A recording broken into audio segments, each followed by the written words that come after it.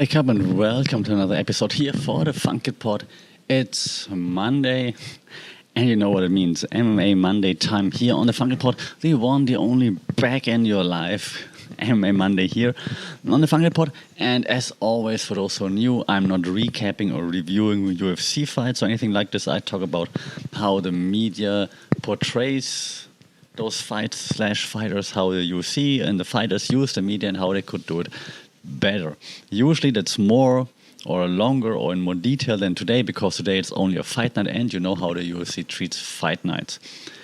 Moreover, I will do reviews and previews of one championship fight simply because I think there's not that much content out there just yet, and being here in Asia where one is at home and having seen every event that's been in Bangkok, at least live in person, I think maybe I can give some insights on like what's happening here with one championship. Okay, well, we start with the UFC, obviously. By the way, the UFC website is still terrible. That poster for Holland versus Thompson also not great in my opinion. I'm not sure what's happening these days with their social media / I don't know, designers. Are they paying less? Did they fire everyone? I'm not sure. Anyways, the fight Thompson-Holland is going to be fun, I hope, I think. But I'm not here to preview the fights. Even so, I can tell you that Stephen Thompson is ranked 6th and Kevin Holland doesn't have a number to his name, apparently, according to the UFC website. Interesting. So I talked about it last week already. There are two fighters who are doing a good job utilizing and using media, obviously. They've been on each other's podcast. At least Stephen Thompson has been on Kevin Holland's podcast, which I still don't like very much. I don't like his co-host. Not feeling the vibes, but whatever works for Kevin Holland, I guess. Good on them for making the best of it, because UFC certainly not doing them any favors, because definitely not reviewing or like highlighting them in any meaningful manner. So good on them for getting out there, going out there, doing this by themselves and getting some shine that way. I also read that Stephen Thompson, or I heard that Stephen Thompson said on Submission Radio that Jack Black will be in attendance, which is great. I wish they would play the song too. It would be awesome, of course, if they would play it live. And it's the first time, it's a bit sad that this is the first time that Jack Black is going to be live in attendance, I think. But that's a cool thing, and I think they should have done this sooner, but now just capitalize on like the possibility to collaborate with Tenacious D. If you're wondering why I'm saying this, Jack Black is not only an actor, he's the singer of Tenacious D together with Kyle Gass, KG, and they sing the song that Wonder Boy walks out to, which is called Wonder Boy. That's Tenacious D singing that song that Stephen Thompson walks out to. So that's a collab that makes sense, of course. Should have done it 10 years ago. But they're both doing a good job using media. Wonderboy doing like all the media appearances, like Submission Radio, for example, who are doing a great job anyways. Usually they're great at like talking with the fighters just like in a normal setting, which is nice. Even with Luke Rockhold. So good job Stephen Thompson, good job Kevin Holland, also be popping up now everywhere. Probably also going to pop up with the Schmo again, I assume. Great job with the collab on the podcast, both fighters. So you don't need to hate each other to fight each other, so good job from both. I appreciate it. Well done. The second bout on the card, Brian Barberena versus Rafael Dos Anjos. Barberena also not ranked yet, even though he had a big win in his against Robbie Lawler in his last fight. RDA still ranked number 7 in the welterweight division. That just lives from the fact that Barberena killed Robbie Lawler and that RDA is RDA. So no media there at all, no highlights, no packages, no nothing at all from the UFC. At least I haven't seen anything, which is really sad because Barberena and Lawler have been in a war, and RDA is RDA. I mean, he's a legend, and they're not giving them any shine, which is really, really sad. So the UFC is awesome when it comes to pay-per-views. When it comes to non-pay-per-view events, they really don't care, but also blaming the fighters here. Barberena up and coming. Like, I mean, he's not the youngest anymore, but he's got like hype momentum right now. So he should utilize on that. Like, he should be like the legend killer now, like Randy Orton back then. Like, I took out one legend, I will take out another legend. Right, so an RDA should be like they took away my title shot, and so on. So you could tell a story here, but unfortunately, no one does it. We have Mateusz Nicolau versus Matt Schnell. Matt Schnell should, and it's not his nature, of course, but he should also be talking more on social media, utilizing it more. Because, I mean, his last comeback win in his last fight was just insane. So he should be, like, featured way more heavily also from a company point of view, in my opinion. You could sell so much with Matt Schnell. Like, it's ridiculous that the UFC isn't doing anything here. So I also blame Matt Schnell, of course, for not doing it. We have Tai Tuivasa on the card. How the mighty have fallen from what? From like main eventing, fighting for the title, to being the fourth fight on a fight night card versus Sergey Pavlovich, who's ranked on fifth, while Tuivasa is ranked fourth. Wow. So the card actually looks kind of nice, just from a fight. But again, you see me being surprised because I didn't even know that. It's ridiculous. Like, why is the UFC not doing more, or like saying like that Tuivasa's on the card? This would be like a selling point alone. Crazy. And then the fight before is Jack Hermansson, who's also been in the title picture not long ago, versus Roman Dolidze, which is just insane. Like, how is the UFC not promoting this event even more? The fight before is Eric Anders versus Kyle Dawkins. Okay, not on the most impressive streaks, but still like famous names, or like bigger names, and at least for UFC hardcores. You even have Nico Price, Phil Rowe, Angela Hill. You have Clay Guida on the same card. Oh my God, you have Mark Diakisi and Michael Johnson, who are OGs. You have Darren Elkins. You have Tracy Cortez, Amanda Ibas, like on the prelims of a fight night card. Oh my God, there are so many fantastic fighters on there, and the UFC is doing jack shit. It's ridiculous. It is sad. And again, yes, the UFC sucks in this case, but fighters. Amanda, I follow Amanda Ibas on social media, and I didn't know she was fighting. Like, come on, man. There's something that's not working. And don't blame me for following Amanda Ibas, but what? This is just crazy. This is seriously, all the fighters. You guys stop complaining. It's your fault also that you're not getting any shine. It's ridiculous. Michael Johnson as an OG should be like, people, I'm out here busting my ass. What the hell? Oh my God, this is crazy. Like, Angela Hill, usually like very vocal. Haven't heard much of her as of late.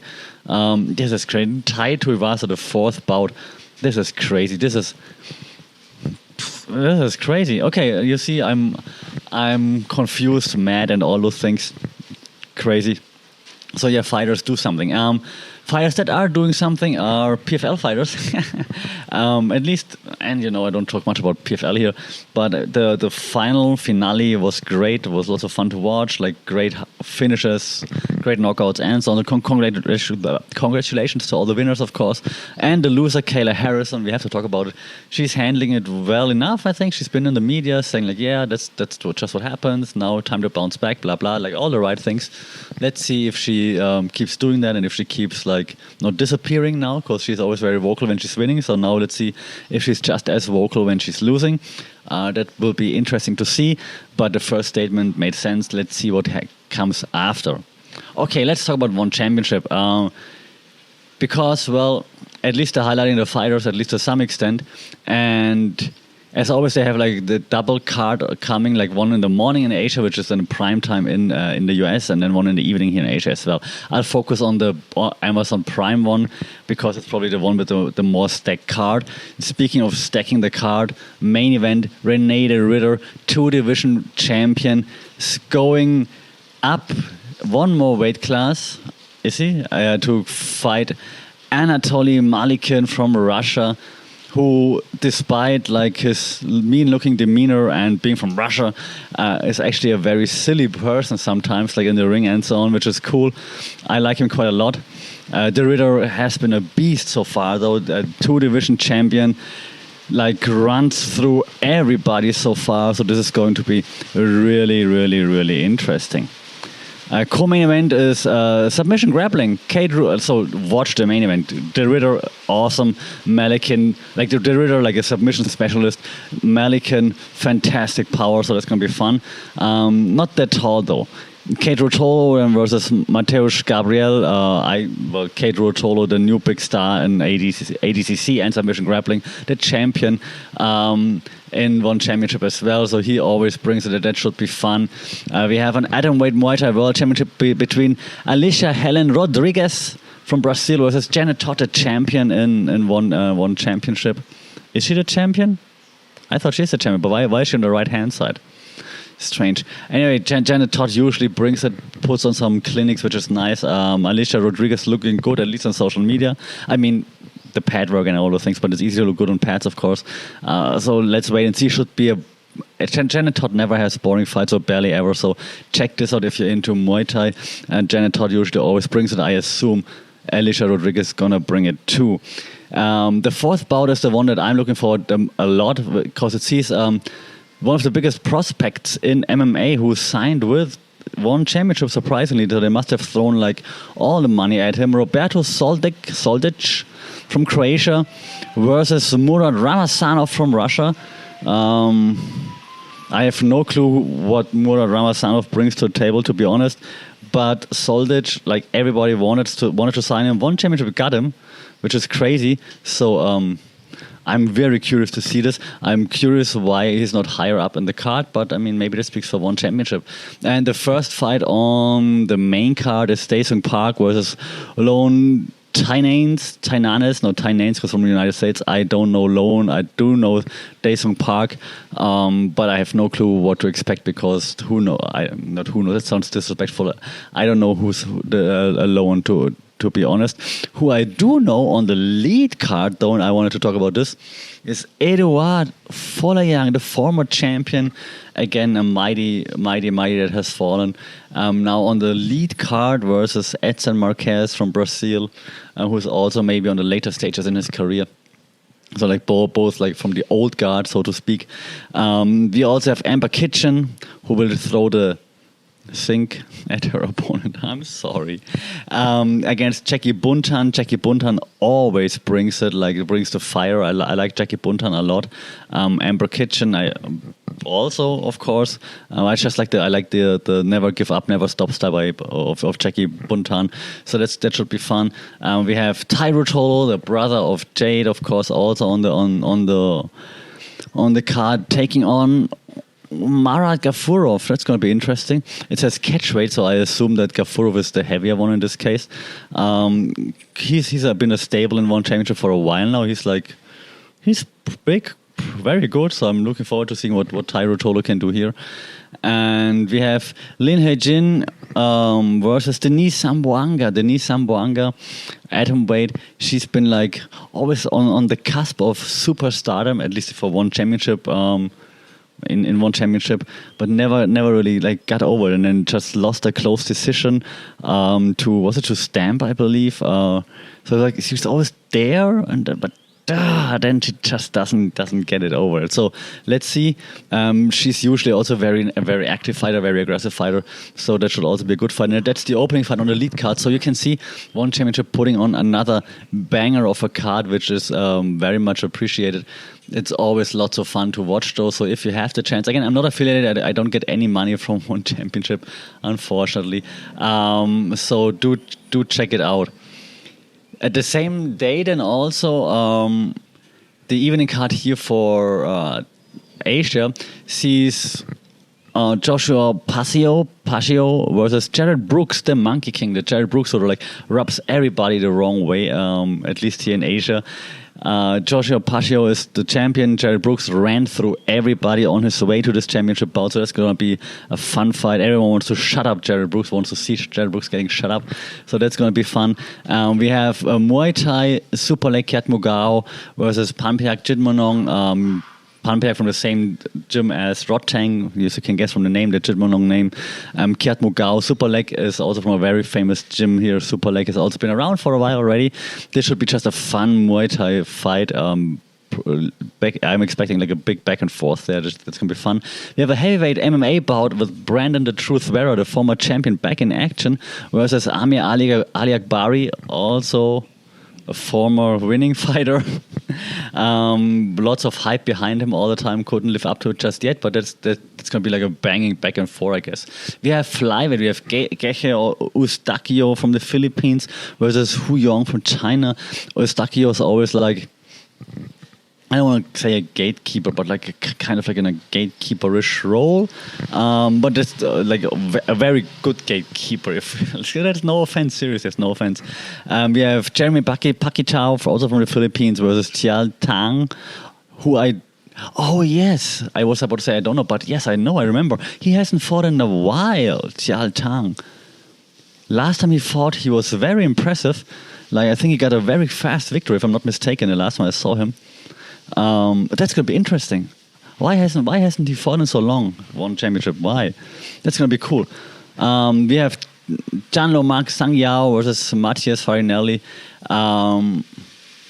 One of the ones that I look forward to the most. I'm not going to go through the whole card, but in the lead card, the prelims basically, we have Lara Fernandez. What's her name? Pizza Power or something on social media. She fought for the championship in her last fight, and now she's on the lead card. So that shows you one championship. That's the one criticism, right? Sometimes it's like, what are you doing? She's fighting Dankong Banchamek, like a young up-and-coming staff here from Thailand in Muay Thai. So that should be fun. I like both of them on social media. They're both quite cool. Not only like, I look pretty, but they're like doing some prank stuff, funny stuff on social media, which is just nice to see that they're just enjoying the training as well. So that is quite cool.